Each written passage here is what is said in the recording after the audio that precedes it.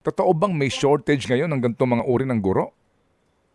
Actually, more on mismatch po. Mismatch in terms po na science major ako, pero dahil hindi available yung subject, ang tinuturo ko Filipino or vice versa.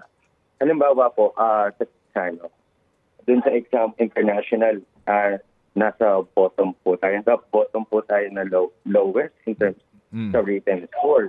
Ang nagiging problema po kasi natin, according to sa EDCOM, 90% of the science teacher po ay hindi science major. Ibig sabihin, hindi po nabibigay yung quality na kailangan talaga ng mga bata dahil hindi mo nga expert yung subject mo.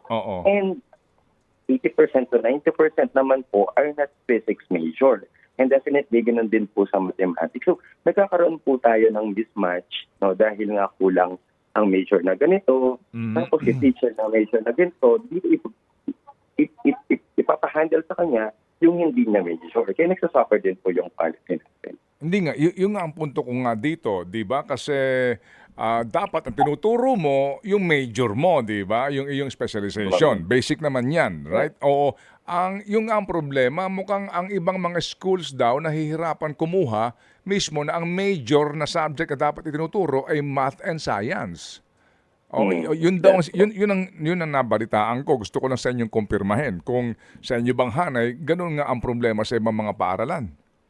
Yes, meron din po talagang kakulangan siguro at kakulangan dun sa guro na specific po na itinuturo dun sa major nila. Ted Filon at DJ Chacha ngayon nasa Radyo 5 92.3 News FM Monday to Friday 6 to 10 a.m.